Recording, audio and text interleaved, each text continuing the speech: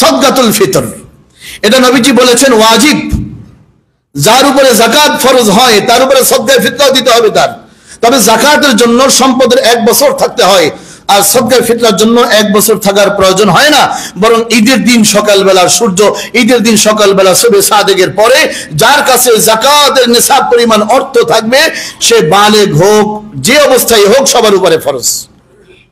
আর শরীয়তে নির্দিষ্ট ভাষায় বলা হয় ওয়াজিব, সেই সদকায়ে ফিতর আদায় করবে। তবে হ্যাঁ, ছোট সন্তানের পক্ষ থেকে বাবা আদায় করবে, এটাই তো স্বাভাবিক। বরং স্ত্রীর পক্ষ থেকে স্বামী আদায় করে দিবে, ঘরে যারা আছে সবার পক্ষ থেকে পুরুষ কর্তা সে আদায় করে দিবে। যাকাত কিভাবে দিবেন? এবার আসলে শরীয়তের মধ্যে যাকাতের যে মূলনীতিগুলো আসছে, আসলে আমাদের এই বাংলাদেশে একটা সমস্যা হয়ে গিয়েছে, ইদানিং অবশ্য পরিষ্কার হচ্ছে। আমরা সব সময় সর্বনিম্ন যেটা সেটাই হিসাব করি। আটার দাম কত, বেশ। আর সরকারি ভাবেও এর আগে হতো না, এখন সরকারি ভাবেও এটা একটু অজাহাত করা হচ্ছে, ক্লিয়ার করা হচ্ছে যে সর্বনিম্ন এইটা এবং সর্বোত্তম এইটা বা সর্বশ্রেষ্ঠ এইটা। এটা আগে ছিল না, কিন্তু ইদানিং এটা পরিষ্কার হচ্ছে। যাক, বলতেছিলাম যাকাত সদকায়ে ফিতরার খেজুর দিয়ে দেওয়া যায়। বলেন কি দিয়া?